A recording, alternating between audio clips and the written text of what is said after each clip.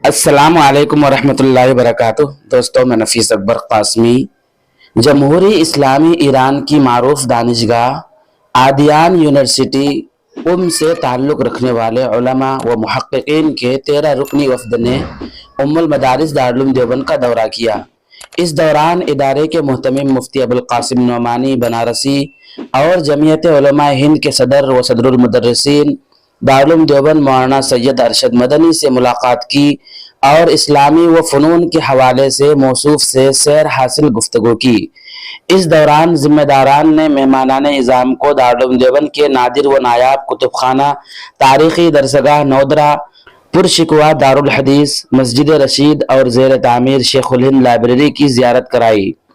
اراکین وفد نے دیوبند کے قدیم کتب خانہ میں موجود تورات، زبور، انجیل اور بادشاہ اورنگزیب کا تحریر کردہ قرآن کریم اور دیگر نایاب و شاہکار مخطوطات کا باریکی سے معائنہ کیا اور اس علمی ذخیرے کو دیکھ کر خوشی کا اظہار کیا۔ اس دوران عادیان یونیورسٹی ایران کے وائس چانسلر ابوالحسن نواب، پروفیسر احمد مبلغی اور پروفیسر حسن نوری نے دارالعلوم دیوبند کے ذمہ داران سے گفتگو کرتے ہوئے بتایا کہ ایران مسلکی تشدد کا قائل نہیں ہے۔ ایرانی انقلاب کے بعد اب اس ملک کا منظر نامہ بدل چکا ہے۔ سنی طبقے کے آبادی اقلیت میں ہونے کے باوجود ایران میں اہل تشیع سے زیادہ سنیوں کی مساجد ہیں اور تعلیمی اداروں میں پڑھنے والے طلباء و طالبات میں بھی شیعہ سے زیادہ سنی زیر تعلیم ہیں۔ ایران کے قابل قدر بڑے سرکاری اور فوجی عہدوں پر بھی سنی مسلک کے افراد فائز ہیں۔ Professor Ahmad Mobaleghi, vice chancellor Abolhassan Navab اور پروفیسر حسن نوری نے ذمہ داران دارالعلوم دیوبند کو ایران دعوت دیتے ہوئے کہا کہ ایران ہمیشہ فلسطین کے موقف کی تائید پر سرگرم عمل ہے۔ ہم عالمی اخوت کے خواہاں ہیں۔ انہوں نے ایک سوال کے جواب میں اراکین وفد کی ترجمانی کرتے ہوئے کہا کہ دارالعلوم دیوبند کو قریب سے دیکھنے اور سمجھنے کے بعد اس ادارے کے تئیں ہمارا نظریہ ہی بدل گیا ہے۔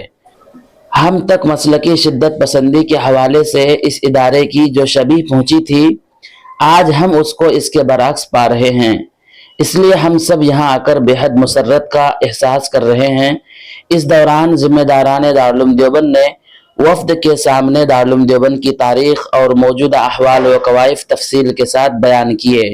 انہوں نے بتایا کہ دارالعلوم دیوبند ان اسکالرز و محققین کو اپنے یہاں حتی المقدور سہولتیں فراہم کرتا ہے جو اسلامی علوم کے حصول کا جذبہ رکھتے ہیں۔ اس دوران دہلی میں واقع ایرانی کلچر ہاؤس کے کونسلر فرید الدین فرید اور وفد کے ساتھ آنے والے سید صادق حسینی نے مترجم کے فرائض انجام دیے۔ اس موقع پر مولانا مقیم الدین قاسمی، مولانا اسجد اور مولانا ریحان قاسمی سمیت ادارے کے دیگر اساتذہ بھی موجود تھے۔